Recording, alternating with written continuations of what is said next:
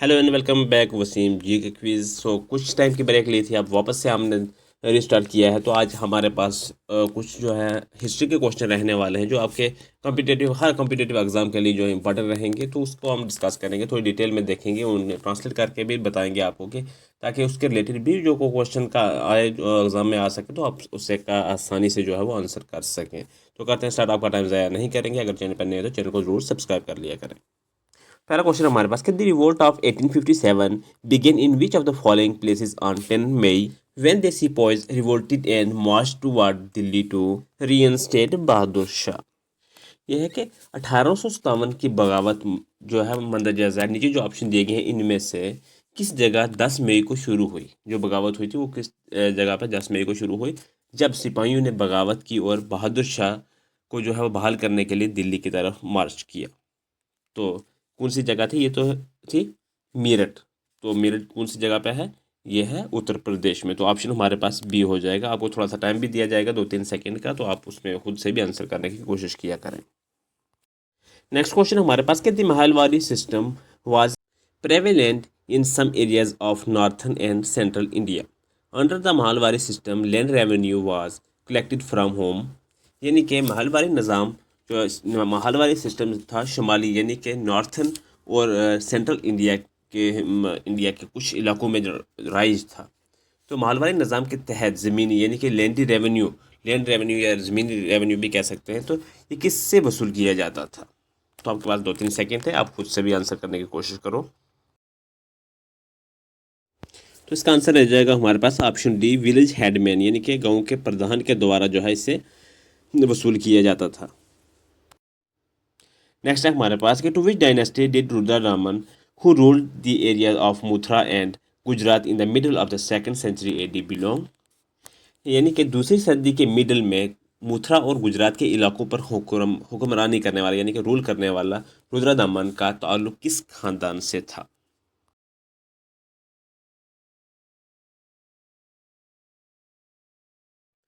तो इसका आंसर रहेगा हमारे पास option A, Shaka dynasty.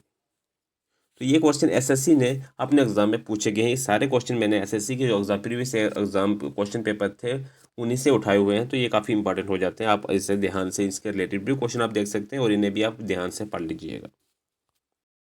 Next question है कि which of the following major centers of the revolt of was recaptured from the rebel forces in 1857 सितंबर 1857। यानी 1857 की बगावत के मंदरजा झैल में से कौन से बड़े मरकज यानी कि सेंटर को सितंबर 1857 में बागी फौजों से दोबारा छीन लिया गया? तो वो कौन सा है? Answer is option A, Delhi. और ये कुछ इंपॉर्टेंट पॉइंट है, इसे चाहो तो स्क्रीनशॉट भी ले सकते हो और खुद से भी ये कॉपी पे नोट भी कर सकते हो।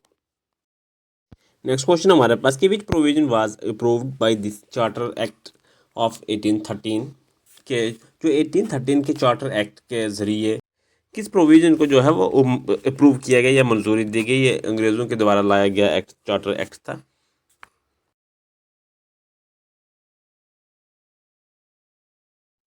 तो वो था introduction of western sciences. Option B जो है इसका राइट ऑप्शन रहेगा। ये एक पॉइंट एक और नोट कर लें कि 1813 के जो चार्टर एक्ट को हिंदुस्तान में मगरबी साइंस के मुतारफ़ कराने की तरफ से पहला अहम कदम समझा जाता है। हालांकि मगरबी निज़ाम जो तालीमी निज़ाम था वो बाकायदगी से जो बाद में उसमें क़याम किया गया या बाद में क़याम बाद में हुआ, ऐसा भी कह सकते हैं आप। नेक्स्ट क्वेश्चन हमारे पास कि the Nizam of Hyderabad try to present has ruled as. देखिए जो हैदराबाद का है इसका क्या था कि इन्होंने कहा था कि हैदराबाद के हमने अलग मुल्क बनाना है हमारा, ये हम अलग रहना चाहते हैं या पाकिस्तान के साथ रहना चाहते हैं, ऐसा था। और रहना भी हिंदुस्तान के बीचों बीच रहना चाहते थे और अपना अलग जो है वो मुल्क बनाना चाहते थे। तो उसके बाद बातचीत के बाद फिर दोबारा हिंदुस्तान का या इंडिया का हिस्सा बनाया गया था इसे। तो ये यहाँ पर कह रहा है कि हैदराबाद के निज़ाम ने अपनी हुक्मरानी को किस तरह पेश करने की कोशिश की वो हमें बताना है।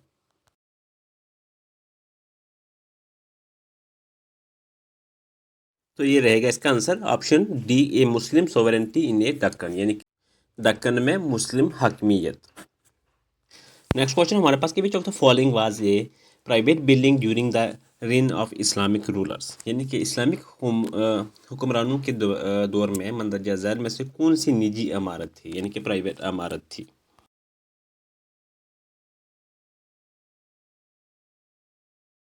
तो वो इमारत थी जो है वो दीवान खास। ऑप्शन डी जो है इसका राइट ऑप्शन रहेगा। थोड़ा सा इसके इंपॉर्टेंट पॉइंट भी देख लो, चाहो तो स्क्रीनशॉट ले लो या फिर नोट कर लो नोटबुक पे।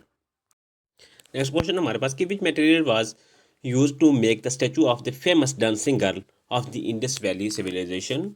यानी कि वादी सिंध की मशहूर डांसिंग गर्ल का मुजस्समा बनाने के लिए कौन से मवाद का इस्तेमाल किया गया, ये हमें बताना है।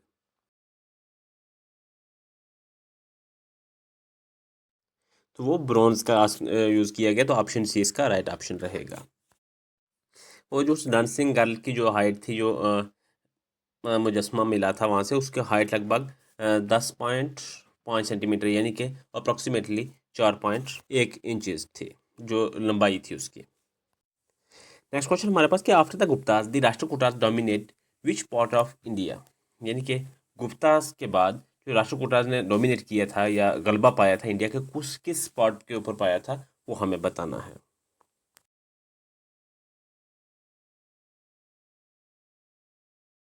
तो दक्कन पे जो है डोमिनेट किया था, तो ऑप्शन सी इसका राइट हो जाएगा क्वेश्चन नंबर 9 का। तो ये राष्ट्रकूटा जो डायनेस्टी के फाउंडर्स थे उनका नाम क्या था, वो था धरती दुर्गा। ये भी इंपॉर्टेंट है, इसे भी आप नोट कर लेना। नेक्स्ट क्वेश्चन हमारे पास कि why did Mahatma Gandhi visit Noakhali in 1946। कि 1946 में गांधी जी नोआखाली क्यों गए थे या वहाँ पर क्यों विजिट किया था। देखिए शायद आपको याद भी होगा कि मोहम्मद अली जिन्ना ने डायरेक्ट जो है वो एक्शन डे जो है वो अनाउंस कर दिया था, और नोआखाली में मार काट जो है वो मच चुकी थी। हिंदू मुस्लिम एक दूसरे के खून के प्यासे बन चुके थे। तो उस केस में जो है महात्मा गांधी वहाँ पर गए, और वहाँ पर जो दंगा फसाद था उससे रोकने के लिए महात्मा गांधी ने जो वहाँ पे तो कम्युनल हारमोनी को जो है उन्होंने प्रमोट किया। तो इसके आंसर हो जाएगा ऑप्शन ए, क्वेश्चन नंबर 10 का हमारा राइट आंसर। तो आज का हमारा लेक्चर यहीं तक रहेगा। बाकी आप टेलीग्राम पर ज्वाइन हो जाइएगा। मैं कोशिश करता हूँ कि आज के लेक्चर की पीडीएफ भी वहाँ पर प्रोवाइड कर दूँ। बाकी जो भी नोटिफिकेशन वगैरह आते हैं मैं वहाँ पर प्रोवाइड करता रहता हूँ। तो उससे क्या होगा, अलग से वीडियो बना के अपलोड करने से बेहतर है कि वहाँ पर टेलीग्राम के ऊपर पोस्ट कर दो, तो वहाँ से सबको पता लग भी जाता है। और कोई पीडीएफ वगैरह हो तो वो भी मैं वहाँ पर प्रोवाइड कर देता हूँ। तो आप जो है वो लिंक डिस्क्रिप्शन में होगा, वहाँ से जुड़ जाइएगा।